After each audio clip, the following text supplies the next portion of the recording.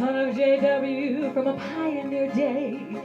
Back when Bonita was the town of Survey, there were just 5 families back at that time, and they were all determined to make life fine. Okay, folks, today we're at the rear of the First Baptist Church is what I call it, but now I'm not sure of the name of it. It's been through a couple of hands recently and the church has moved. But this was the church I grew up in and I was a part of, and it's this little extension back here. The rest of the structure was built in the 60s. And the other structure could be called significant to me in that it was where my wife and I was married 45 years ago, but that we can't call that real historical. That's not as historical as the little building back here. This building here was built in the 30s, and it was actually the second First Baptist Church. The original was built in the area of Rosemary Park, and it burned down, and they went for a period of a few years. They didn't have a church, and at the pushing of some of the community, especially my great-grandfather Joseph McSwain, who we've already looked at his home, he was real instrumental in getting this church built. And it was the second church built in Bonita. The other one was the Methodist Church, which is also historical. But this church was the old-fashioned wood structure with wood floors and wood pews and no air conditioning. We did have one grand addition for air conditioning while I was going there. And well, I'll take it back. We had 2 ways of air conditioning while I was going there. The first one was fans furnished by the funeral home. Leo Englehart Funeral Home in Fort Myers always furnished the churches with hand fans. The next one was when I was about 12 years old, the people got together and put in a exhaust fan, and they nailed the windows shut at where you could not raise them higher than 2 inches, so no one would open a window fully. They drilled holes in the floor beneath the pews and put screen over it to protect them. And that was the ventilation, and they would turn on the exhaust fan. It was loud, and it would exhaust the air while the service was going on. It was an old-fashioned church. They baptized people down in the Imperial River, and they had deacons standing by to be careful if someone got dropped or something and couldn't swim. They would be ready to jump in and get them, and they would watch for alligators and things like that. Later on, when I was about 12 years old or so, they built a baptistry, which is like an indoor swimming pool, sort of, but only small. Maybe it'd be more along the line of a spa, but it was built right in the church out of concrete. They had a picture painted on it, and I was among the first candidates to use it, me and my friend Keith. And we were so giggly at the thought of wading in that new pool that they questioned our sincerity on the baptism. And also it was kind of comical because the pastor always would wade in his clothes, and everybody wore their full clothes into the baptistry, and that was very intriguing to us as 12-year-old boys. So we just got a lot of giggling out of the whole affair. But anyway, you always knew if they were going to have a baptism at the Baptist church because they filled the tank with sulfur water, sulfur well water. And actually you could smell the church, I would say 2 blocks away before you even got there, so you knew there was going to be a baptism. It's kind of like with the hotel down there that has the springs. You could smell it several blocks away. But Anyway, that was a long time ago. I'm no longer part of that particular church, but it holds a lot of memories for me. And I'm just really proud that someone saw fit to save the little building. I haven't been in it in years. I understand the Quinn family took over, and that was fitting too, because the Quinn boy that bought it, he went to church there as a boy, and I think that's why his interest in it. Well, folks, we're at a location now that holds a lot of good memories for me. It's now called the Depot Park, and it's a place where the town of Bonita Springs had a depot or a train stop. And behind me is a little structure, a shelter for picnicking and such, and restrooms, and that is located almost exactly, if I'm oriented right, exactly where the depot was. The depot was a very basic structure and wasn't like the depots up north that were primarily passenger depots. Ours was more freight depot, because the main activity for the railroad in Bonita Springs was shipping citrus fruit out of here, and it was brought to the depot and shipped off of a platform. But I always loved to come down and look at the trains. I always liked to do the things that all kids do, put a penny on the track or pick up pieces of cinder that were left over from the old steam engine. And I vaguely do still remember a steam engine coming through here, but I was more enthused, and it's more brilliant in my mind, what they called the streamliner, which was the diesel locomotive. And everybody called them a streamliner around here. And it was such an improvement over the old steam engine that's what stands out most in my mind. And but we were real familiar with the depot for a lot of reasons. One is it was the access to the dock that I talked about at the very first of the walk. We would ride our bikes by. A lot of times we'd leave our bikes propped against the depot and walk down to the Imperial River to the loading dock and swim. But sometimes we would just ride by it and ride our bikes all the way down the little path to the dock. But many times we left our bikes here.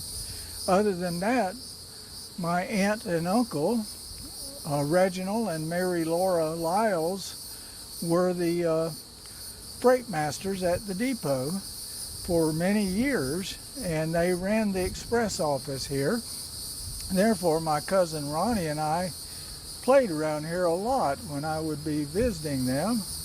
And our favorite spots was under the platform. The loading platform was sugar sand, had little bugs they called doodle bugs that made little holes in the ground, and we played around them a lot.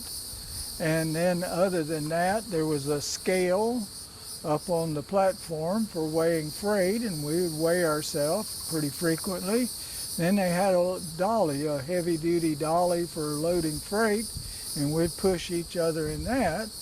And then next to the depot was a wagon for pulling freight. It was a hand-pulled wagon, and we could push it around, and it was a little harder to push. We could also play on the box cars. We would climb up on top of them, and we would go in them, and we would, sometimes you could pull something and it would let off the brake, I think. I'm not sure. There was some mechanisms that we could fool with even while it was here. And the other thing was they did, for a long time, they did have one passenger car on the train. It was the last, next to the last or the last car. They had the caboose also, so it must have been next to the last. And frequently, me and my cousins, Frank, Ronnie, and Gary, would buy a ticket from Ron's mother, and we would ride the train to Naples. I think it was about 40 to 60 cents round trip to go to Naples and back. And we would ride down to the Naples Depot, which is right by 5th Avenue South, and we would get off and walk around the depot for a while. Not the depot, but the community. Naples wasn't a big town back then. It wasn't much bigger than Bonita, but it was a little nicer on 5th Avenue South. And we would walk from store to store there. And then after we had killed the time that we were allowed before the return trip, we'd go back and ride the train back to Bonita. And so we got to experience the trains firsthand. And I'm sorry to see the depot go. I really was hoping they would build actually we'll say a facsimile of some of the passenger depots of the old days. We did have a streamliner that ran here, a solid passenger train for a while, but they discontinued it a long time ago. And then they discontinued the freight as the need failed.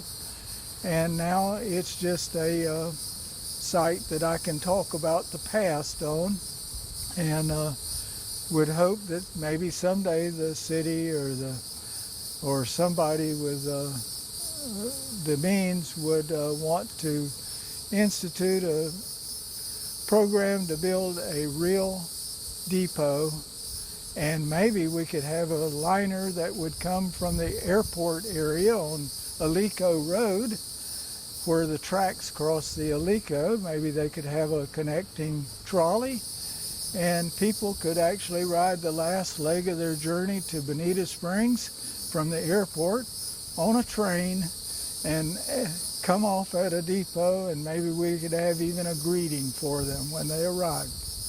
Okay, folks, we're at the last site of our walk, and this is the beautiful Shangri-La property, and it has a colorful history to it, and we're really proud that the people that have bought it through the years, it's been sold many times, has felt the desire to maintain it as it always was, and just renovate it and bring it up to a nice picture as it's always been. But in its origin, it was part of the development of this town called Bonita Springs. There was two gentlemen involved in the building of the town of Bonita Springs, or the development of it, we should say, and the sale of it. And that was J.H. Ragsdale and then Gilmer Heitman, and there's the Heitman brothers. And the Heitmans pretty much developed the west side of the Old 41, and they were a little later in development. They were around 1925, but J.H. Ragsdale went ahead with the Bonita Springs subdivision, which was on the east side of the Old 41, and we've already toured most of that section, most of the Bonita Springs section, but we're not going to tour the Heitman section. That would take too long. But the one remaining thing that is on Old 41 of the Heitman section is the Shangri-La Hotel, which was built, as I understand it, I believe Harvey Heitman built it for his brother Gilmer, or the reverse. I'm not sure. Gilmer might have built it for Harvey. But it was built on the site of the city's namesake, the Springs, because there was a free-flowing, open sulfur spring that flowed into the Oak Creek, the beautiful Oak Creek that was next door to it. And that spring has probably been there since the age of the Native Americans that inhabited this area. It's who knows how long. When my mother and father were children, the spring was a sandy lagoon and it was very clear because the water was bubbling up in the lagoon constantly and flowing through a natural flowway into Oak Creek by the millions of gallons every week, millions and millions of gallons flowing into Oak Creek of 72-degree water, and children and families and everybody would come and often swim in the cold water and picnic on the banks of it. And the Heitmans bought that whole area, and they decided when they built the hotel on the grounds where the spring was. They decided to put an octagon enclosure, concrete enclosure around it to make it more concise and attractive. And so for years it was accessible to the public, and from the Heitman brothers in Ragsdale pretty well abandoned Bonita Springs in the Depression. And after the Depression, there was no more known of them. That would make a good study for somebody interested in writing a book of history. They might find out whatever became of the developers of Bonita Springs, because they abandoned their project here, and most of the land went either for taxes or was foreclosed on by the owners. And so it went through a transition. But the hotel also went through a transition. I think the next owner, after it had sat abandoned for quite a long time, was a lady by the name of Haverfield. She was a rather wealthy investor, and her son was a senator in Florida, and so that gave her some significance. But she was a good citizen of Bonita Springs. She later on built a home up on Old 41 and was there till she died. But and I knew Mrs. Haverfield, but actually her name was Ossenkopf at the time I knew her. Haverfield died, I suppose, and she remarried a man named Ossenkopf. But that being that, what I'm talking about is the hotel and the ownerships. From her, the ownership seemed like it went through one hand that was not too long held, but the next significant owner was a man by the last name of Mack, and he was part of the Cadillac family from Michigan that built Cadillac cars and was very wealthy. And previously it was just simply called the Bonita Springs Hotel, but he named it the Villa Bonita. And he enclosed the spring. He actually concreted all the walls of the spring, and he put a glass block wall around the top of it, and he built a concrete trough going into the Oak Creek. So he stepped it up on the spring, but it still flowed tremendously year-round. And the grounds, he planted beautiful flowing lawns and beautiful trees and stuff on the property.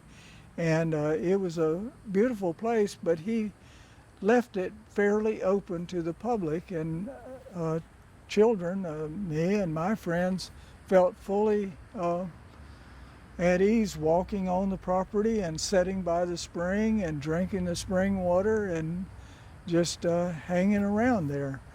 But that's not the case now, of course. We can't freely come and go in the Shangri-La, but it's still open frequently. And Mack also bought property where the Barefoot Beach is now, down on in Collier County, and a pretty big piece of property that fronted the bay and the beach, and it was accessible by boat or car. And he built a cabana club out there on the beach, a pretty nice country club for the time, where people could go and have beach parties and things such as that was staying in his hotel, the Villa Bonita. But then Mac, I'm not sure if he died or it went into an estate or if it just simply was abandoned. But once again, it lay dormant a while and it was bought by a gentleman named Dr. Null. And Dr. Null was a holistic doctor, and he occupied primarily the building on the north side as offices and reflexologist and massage therapy and things like that. And they specialized in vegetarian type diets. And he operated it for years. Then a gentleman from Chicago, I think, who had overcome cancer through a vegetarian diet, became interested in it by the name of John Cheatham. And so he and his family purchased the Shangri-La, and they were the ones that named it the Shangri-La. It was not named that until Cheatham took over. And then he made a lot of improvements to it, and Mr. Cheatham eventually died, and his wife and children ran it a while, but they found it too much to run. It went through a couple of hands, and we won't go into all the details of that, but the current owner seems very stable, and I think it's going to stick, and it's improving from year to year, and they're now having a lot of unique events, and you can have lunch there. It's primarily vegetarian, but it's a very good lunch. We've been there, and it's open to the public. When people see them, they just smile. I bet they're from a determined Liles.